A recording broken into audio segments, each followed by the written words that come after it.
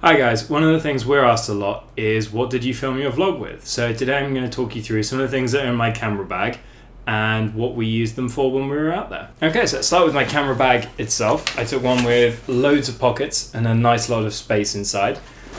Unfortunately, because I took so much stuff, it ended up being really heavy. It was about 21 pounds, 9.5 kilograms. Way too heavy for what I wanted to be carrying around each day, so I've learned that lesson for next time. But let me go through some of the things that are in it. Okay, we'll start with the GoPro because we did most of our filming with the GoPro. We used a GoPro Hero 4, the black version, and I've got it in a very light sort of frame case so that it can be plugged into a microphone for sound, which I'll show you in a minute. I really enjoyed using the GoPro. It was really easy to use. It was very, very quick. It's also really light, which is great. Because GoPros are so small, it's actually quite hard to hold them very, very sort of steady. So one of the things that we picked up was a grip so that I could hold it out and keep it as steady as possible. And I think that really helped keeping some of our footage less sort of shaky and all over the place. There have been some issues lately at Disney with selfie sticks and when they were banned. And there's a bit of confusion at the moment whether grips and poles are still banned, and the answers we've been seeming to get have been if it extends, it's not okay, but if it's a non-extending grip, then you should be fine. We didn't have any issue with it, but it was right before they were sort of really starting to be banned, so that's something to keep in mind for the future. In terms of GoPro accessories, I took quite a few, way more than I needed. I carried a spare underwater case, some clamps to clip it onto things, the underwater housing that I used for Discovery Cove when I had it mounted on my wrist, and a gooseneck for the clamp. The only one of these that I actually think was worthwhile was the wrist housing for Discovery Cove.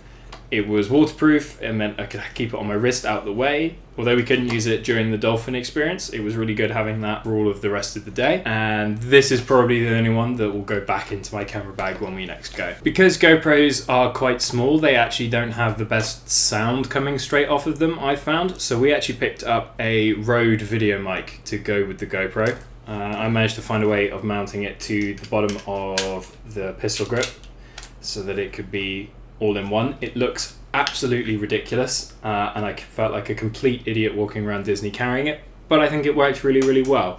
This just plugs into an adapter and goes straight into the side of the GoPro, and meant that we got much better sound than we would have from just the GoPro itself. We did run into some issues with this mic. There were some things that interfered with it, and there'll be some moments in our video where you hear this electric buzzing in the background that I'm really not happy with, so I'll be picking up a different mic for next time. But an external mic was something that we felt was really important as we were vlogging. We wanted to try and get the best possible sound that we could. One of the other things we're asked about a lot is what settings we used for our cameras. For the GoPro, we used 1080p, 25 frames a second. We used the normal wide field of view. I have the GoPro's Pro Tune mode turned on, but with the white balance set to auto, the colors set to GoPro, and the sharpness set to medium, and the ISO limit set to 400. So if you did happen to be wondering about that, those were the settings that we used. I really liked filming with the GoPro. It was really easy to use. You could just point. You probably got everything in frame just because it's so wide. The quality was perfectly fine. There were some moments where it didn't work so well, but those were mostly sort of low light, really hard to film in locations anyway. So I was very, very happy with the results from it. My last tip for filming with a GoPro is make sure you bring loads of spare batteries. The battery life on them is not great. I went out there with 4 batteries and we got through pretty much all 4 every single day, even on just days when we weren't doing that much, just because the batteries do not last that long. So if you are looking to vlog your holiday and you are thinking about using a GoPro, make sure you have some extra batteries. It will not be possible otherwise. So that's about it for the GoPro equipment. The rest of the things that I carried around with me for my regular photo camera, which we did still do a lot of filming with. So this was the other camera that we brought with us. It's a Canon 5D Mark III with a battery grip on the base. And this is definitely where a lot of the weight on my bag came from. The lens that we used most of the time was the 24-105 that I got with it. It's not a particularly big zoom lens, but it's kind of fairly medium range, and it actually covered a lot of what I needed it to do. I did carry some other lenses with me as well. I have 7300 Sigma zoom lens. which was useful for zooming on things that were a lot further away than my other lens could handle. This is definitely a lens that I will not be bringing next time. I think I used it for maybe 2 photos. I just didn't really need it on this trip, and it was a definite waste of space in my bag to bring it. The final 2 lenses that I carried with me every day were my 40mm Pancake and my 50mm Canon 1.8. These are both really, really cheap lenses in the grand scheme of things. I think this one's about 130, this one's about 80. I definitely didn't need both of them with me on this trip, but because they were so small and light, I figured I might as well just bring both anyway. Next time we go, I will be leaving all 3 of those lenses behind and using my brand new that I bought after the holiday Sigma 35mm, which I'm currently filming with, so I can't show it to you. So I will just be taking the 2 lenses in future. I didn't really know what I'd need on this trip, so I kind of went a bit overboard and took everything. But hey, now I know for next time I can have a much lighter bag. One of my other absolute essentials for a camera bag is a tripod. I managed to find one that was fairly lightweight and folded up quite small. I carried this with me every single day just in case I needed it. This was really useful for when I was trying to take photos of the lightning above the castle, and I just wouldn't have been able to get those pictures if I'd left it in a locker or back at the hotel. So in my mind, this was absolutely worth to bring and carry with me every day, even though it is fairly heavy. For those people that want to travel a bit lighter, I do recommend GorillaPods instead. I didn't take mine with me on this trip because I took a full tripod, but this is incredibly light and still really good at holding cameras, and you can use it as a tripod by spreading the legs out, or you can wrap it around things to hang it off stuff to get a stable shot that way. I definitely would have something like that just because they're really, really useful. Moving on to some of the accessories for my photo camera now. Similar to bringing spare batteries for the GoPro, absolutely bring spare memory cards for your camera.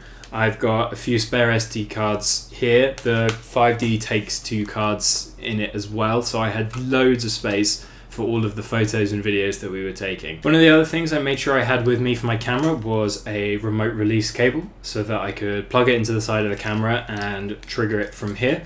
I bought this in case we wanted to take any photos of ourselves and needed to set the camera up on a tripod to do so. This was again really useful when I was trying to take those photos of the lightning above the castle. It meant I could plug it into the side of the camera, stand near my camera and just sort of click away without having to be right up against it, which would have been uncomfortable and a bit annoying. It's also much better for long exposures because it means you don't shake your camera when you're clicking away. Okay, so still more accessories for my photo camera. I've got the flash gun that I took with me.